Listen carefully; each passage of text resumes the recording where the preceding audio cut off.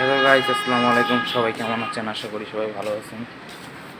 তো আজকে আমি এমনি একটা ভিডিও করতে বলেছি।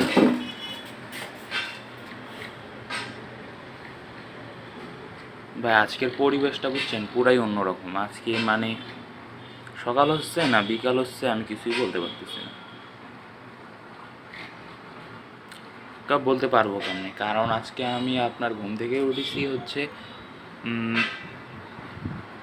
প্রায় একটাই উঠে যেরকম দেখতেছি এখন সেরকমই আছে, কিন্তু বেজে যাচ্ছে কিন্তু প্রায় 6টা সন্ধ্যার পথে। মানে আকাশের পরিস্থিতি এরকম অন্ধকার টাইপের, সেই সকাল থেকেই মনে হয় এরকম। সকালের খবর তো বলতে পারি না যেহেতু একটাই উঠছি, তো যখন থেকে দেখতেছি এরকমই সেম।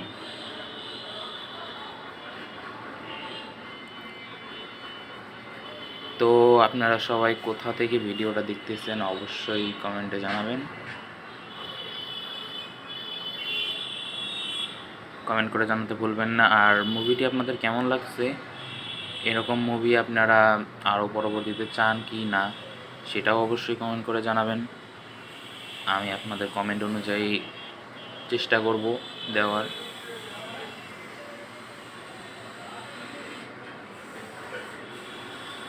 না, আজকের পরিবেশটা মোটামুটি অনেকটা ভালোই লাগছে আমার। বৃষ্টি হয়েছিল ভাই কয়েকদিন ধরে, কয়েকদিন না প্রায় 2-3 দিন এরকম। তার আগে বৃষ্টি ছিল না, তার আগে কিন্তু প্রায় টানা 1 মাসের মতোই বৃষ্টি হয়েছিল, অনেক বৃষ্টি, ফুল পানি হয়ে গেছিল। তো পানি শুকাই গেছিলো, মাঝে টানা 5-7 দিন বৃষ্টি ছিল না, কম ছিল হালকা একদম। তো তাতে শুকাই গেছে, কিন্তু আবার 2-3 দিন ধরে আবারও জোরে বৃষ্টি হচ্ছে, রাতের বেলা করে একটু বেশি হচ্ছে। তো ওই জন্যই আর কি পানি জমে গেছে। আর এই অঞ্চলে হয় কি, আপনার সামান্য একটু বৃষ্টি হলেই বেশি পানি জমে যায়। নিচু অঞ্চল, মানে এটা হচ্ছে আপনার সাতক্ষীরা না, সাতক্ষীরা জেলাটা আমি দেখলাম যতটুকু বুঝলাম, এ উঁচু অঞ্চল না, এরা দেখি একদম মানে নিচু নিচু জায়গা। বসবাস, মানুষ যেখানে বসবাস করে একদম নিচু টাইপের, সহজেই পানি জমে যায়। কিন্তু আমরা যেখানে থাকি, আমি কিন্তু রংপুরের মানুষ, মানে রংপুর বিভাগের লালমনিরহাট জেলার মানুষ। তো ওই তো বিভাগ যেহেতু রংপুর, তাই তো আমি রংপুরেরই মানুষ। তো আমাদের রংপুরের জেলাটা হচ্ছে মানে উঁচু টাইপের, এখানে সহজেই পানি মানে জমে না। হ্যাঁ জমে বলতে কী আছে, রংপুর হচ্ছে আপনার ধান আবাদ করা হয়, ভুট্টা, ধান, তামাক আবাদ করা হয়। তো জমি তো একটু নিচুই থাকবে, শুধু যা জমিতেই হয়। কিন্তু আমাদের এই যে বাসা, তারপর আঙ্গিনা বলেন,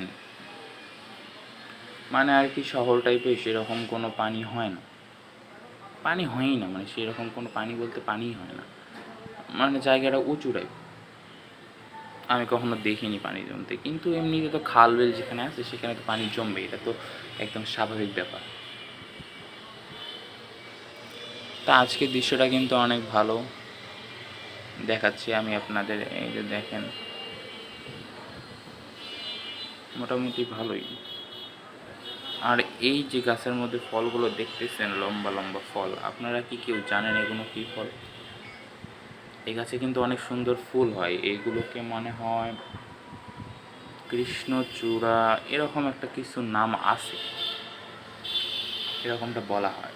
তো এই গাছটা আমি চিনি কীভাবে, কারণ এই গাছটা আমাদের লালমনিরহাট যে রেল স্টেশন আছে ওখান থেকে আমাদের যে মেইন একটা চত্বর আছে সেটাকে বলে মিশন মোড়।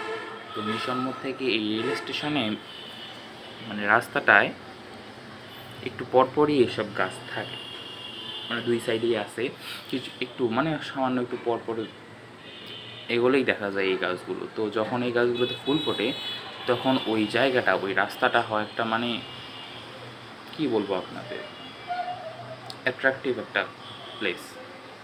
সবাই ওখানে যায়, ছবি তোলে, এমনকি সাংবাদিকরাও আসে এই জায়গাটার ইন্টারভিউ নিতে লোকেদের কাছ থেকে। তো ওখানকার যারা স্থানীয় আছে তাদের কাছ থেকে ওরা এটা শোনে, হ্যাঁ এটা অনেক আগে থেকেই হয়ে আসছে, গাছগুলো আগে থেকেই ছিল। মানে অনেক সুন্দর একটা দৃশ্য হয় যেটা রাতে, বা রাতেও বলতে কীরকম, রাতে তো গাছ তো আর অত বড়ো না, এই সাইজেরই হবে, বা এই সাইজের থেকে একটু বড় একটু ছোটও হবে। তো রাতে যেহেতু সব জায়গায় আলো থাকে, তো ফুলগুলো কিন্তু স্পষ্ট দেখা যায় সব জায়গায়। তো ওই ফুলগুলো দেখেই সবাই বলে থাকে যে ফুলগুলো অনেক সুন্দর। আসে সবাই ঘুরতে বেরোতে আসে, এটাই হচ্ছে কারণ। গাইজ, আপনাদেরকে একটা জিনিস দেখাই, আপনারা দেখতে পারবেন কি না দাঁড়ান, আমি একটু জুম করে দেখাচ্ছি। এই যে গাছটা দেখতে পাচ্ছেন, পাকের গাছটা, মানে এটার ওপাশের গাছটা, ওই যে নারকেল গাছটা দেখতে পাচ্ছেন না, আমার নিচে যে গাছটা দেখা যাচ্ছে, এটা হচ্ছে একটা সম্পূর্ণ আমড়া গাছ। মানে আমরা ধরছে ছোট ছোট আছে, এখন সেরকম কোনো বড় হয়নি। যদি আমরাটাও বড় হয়ে যায়, তো আমরা তো জানেন ছেলে মানুষ, আমাদের মিশন তো অল টাইম থাকে, তো একটা মিশন করতে পারতাম যদি এখানে থাকি। কারণ পরীক্ষা শেষের পথে আর দুটো পরীক্ষা আছে, এক্সাম দুটো দিয়ে প্র্যাকটিক্যালগুলো দিয়ে আমার আবার চলে যেতে হবে বাসায়। 20 তারিখের মধ্যে আমার বাসায় একবার যেতে। তো কথাটা হচ্ছে এরকম, 20 তারিখের মধ্যে আমার একবার বাসায় যাইতেই হবে, কারণ বাসাতে খালামণির বিয়ে। তো বিয়ে তো আমার কিছু অ্যাটেন্ড করতে হবে সম্পূর্ণ। তো মনে হয় এখন পরিস্থিতি বুঝতেছি না, পরিস্থিতির উপর ডিপেন্ড করবে সব। প্র্যাকটিক্যাল যদি সব 20 তারিখের আগে শেষ হয়ে যায় তাহলে তো অনেক ভালো। মানে ডেট পড়ছে 26 তারিখ লাস্ট ডেট। তো যেই মেইন দুইটা একটা প্র্যাকটিক্যাল আছে, ওই দুইটা টিচাররা একটু মানে ঘাড়তারা টাইপ, ওই যদি ওরা আগে আগে নিয়ে নেয়, তো 20 তারিখের আগে নিয়ে নিলে মনে হয় আমি যাইতে পারবো। আর যদি 20 তারিখে না নেয় তাহলে মনে হয় না আমার যাওয়া হবে, আমি জিনিসটা মিস করে ফেলবো। তারা আমার জন্য অনেক কিছুই করতেছে, কেনাকাটাও করে ফেলছে, কিন্তু আমি সেখানে অ্যাটেন্ড করতে পারবো কি পারবো না সেটাই আমার চিন্তা হচ্ছে। মানে একটা, মানে কি আর বলবো, আমার মায়ের পরিবারের বলতে গেলে না, লাস্ট আরও আছে আমার নানু বাসার যে আমার খালামণিরা আছে, তা এটাই আমার লাস্ট খালামণি। আমার খালামণি 4টা, এইটা নিয়ে সে শেষ, সে একদম লাস্ট। তো তার যদি বিয়েটা অ্যাটেন্ড করতে না পারি, এটা আমার একটা কী আর বলবো, জীবনে একটা মুহূর্তই চলে যাবে। কারণ সবাই আসবে, সবাই আনন্দ করবে, এই জিনিসটা আমি মিস করে ফেলবো। অথচ আমার আসলেই আমার অনেকটা ব্যাড লাক, কারণ আমি জন্ম থেকেই এই পর্যন্ত আমার কিন্তু চাচা, ভাই, খালা, হ্যাঁ খালা সব বিয়ে অ্যাটেন্ড করতে পারছি, কিন্তু চাচা ভাই যারা আছে প্রায় কমপক্ষেও তো 10 থেকে 15 জন তো হবেই। 15 জনের মধ্যে আমি জাস্ট বলতে পারি 2 থেকে 3 জনের বিয়ে আমি শুধু খাইতে পারছি, বাকি কারো বিয়ে আমি খেতে পারিনি। হয় সেই টাইমে আমি ছিলাম অন্য কোথাও বেড়াইতে গেছি ওই টাইম, বা আব্বু চাকরি করতো আমাদের রংপুরের ঠাকুরগাঁওয়ে, তো ওখানে থাকতাম, বা পঞ্চগড়, এরকম মানে বিভিন্ন বিভিন্ন প্লেসে থাকতাম। তখন আর বিয়েতে অ্যাটেন্ড করার মতো আমার সৌভাগ্য হয় নাই। কিন্তু এখন যেহেতু আমি বড় হয়েছি, একটা নিজেদের মধ্যে একটা এনজয় করার, যে না আমি নিজেও এনজয় করবো, বাকিদেরকেও এনজয় করাবো, এরকম একটা মন মানসিকতা হয়েছে। কিন্তু জাস্ট পরিস্থিতিটা এরকম হয়ে গেছে যে কী আর বলবো, ব্যাড লাক। আমি এটারে আমার ব্যাড লাকই মানে নিই। এখন দেখি পরিস্থিতি অনুযায়ী কী হয়। যদি পরিস্থিতি স্যারেরা সেইভাবে সব কিছু করে তাহলে আমি মনে হয় অ্যাটেন্ড করতে পারবো। আপনারা আমার জন্য দোয়া করবেন আমি যাতে বিয়েটা অ্যাটেন্ড করতে পারি, বুঝছেন? না হলে এটা আমার জীবনে একটা পার্টি মানে উঠে যাবে আমার জীবন থেকে। কী করলাম আমি? ফ্রেন্ড সার্কেলের বিয়ের ব্যাপার আলাদা। হ্যাঁ, অবশ্য আমার একটা ফ্রেন্ডের বিয়ে হবে, সেটা হচ্ছে এই 12 তারিখ। সেই ফ্রেন্ডটা, মানে ফ্রেন্ড হচ্ছে কীরকম, এখানে আসার পরে তার সাথে পরিচয়, ফ্রেন্ড মানে ফ্রেন্ড তো ফ্রেন্ডই হয়, তাই না? এখন তার বয়স, সে আমাদের বয়সী, আমরা কত 18 বয়সী, 18 থেকে 19 এরকমের মধ্যেই আমাদের বয়স। তো এরকম বয়সেই ওর বিয়ে হয়ে যাচ্ছে। তো 12 তারিখে বিয়ে, কী আর বলবো, আশেপাশে সবাই বিয়ে করতেছে। আমার মনে হয় না এখন এসব হবে, কারণ আমার ফ্যামিলি এইসব মানবে না। আর ভাই মেন কথা হচ্ছে আমরা অতটাও বড় লোক টাইপের না, আমরা হচ্ছে গরিব, মানে মধ্যবিত্ত ফ্যামিলিতে। আমার মনে হয় না যে আগে থেকে বিয়ে শাদি করাটা ঠিক হবে আমার। তো সেই অনুপাতে আমি চাচ্ছি যে আমার আগে কেরিয়ারটা সেট করব, মানে কিছু একটা কেরিয়ার যেটা দিয়ে আমি আমার সংসারটা চালাইতে পারবো।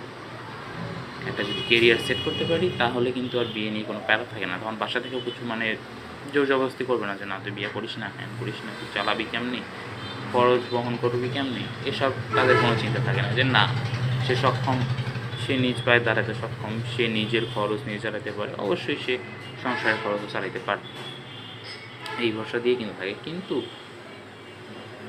হয় কি, যাদের একটু টাকা পয়সা থাকে আর কি, যেটা সত্যি কথা, বাবা মার টাকা পয়সা থাকে, আর তো ব্যাপারটা আলাদা, তাদের বাবা মা চাইলেও পুষতে পারে। কিন্তু সব বাবা মাই তো আর এক না, তাই না?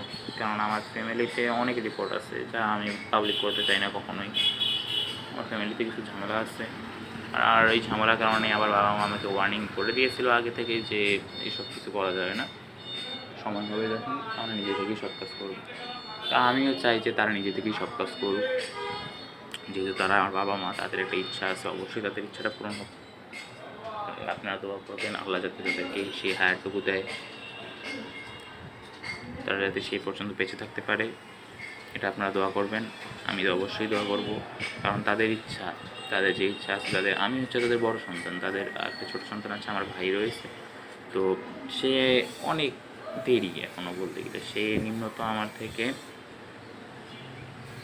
8 থেকে 9 বছরে তো ছোটোই হবে। তাহলে হিসেব করেন, আমার যখন বিয়ে হবে বলা যায় না এখন ছোট বড় হিসেব। তা আমার বাবা মা মনে হয় না এই বিষয়টা মানবে। আমার ভাই যথেষ্ট বোঝে, ও কখনো এই কাজ করবে না, এটা আমি বিশ্বাস করি। তো এইটুকুই জাস্ট।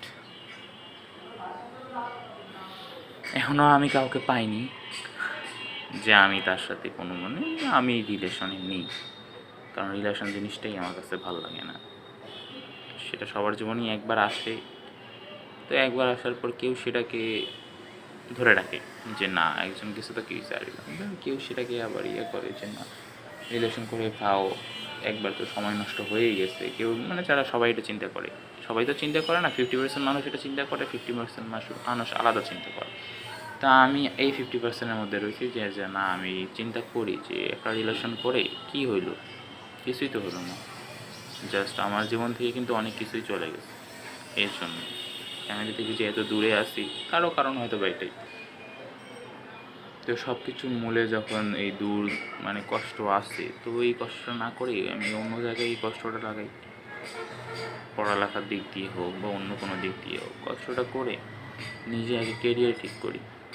কেরিয়ার ঠিক করলে অনেক মেয়ে চলে যাবে কপালে, এটা ঠিক, এটা আমি বিশ্বাস করি। কিন্তু আমি এখন রিলেশনটাকে কখনোই সাপোর্ট করি না, কারণ এই জিনিসটা থেকে আমার একদম মন উঠে গেছে, কী আর বলবো আপনার। হ্যাঁ, ভবিষ্যতে যদি সেরকম কেউ হয়, যদি আমার জন্য আল্লাহ সেরকম কেউকে রাখে, তাহলে সেই বিষয়টা আলাদা, অবশ্যই আমি ভেবে দেখতে পারি।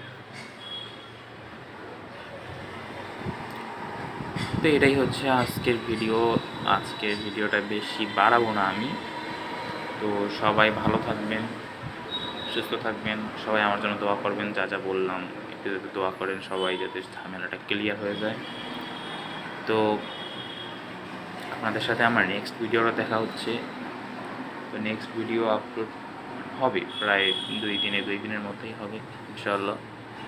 তো আপনারা যদি ভিডিওটি দেখতে চান অবশ্যই চ্যানেলটিকে সাবস্ক্রাইব করে রাখবেন এরকম নতুন নতুন ভিডিও পাওয়ার জন্য।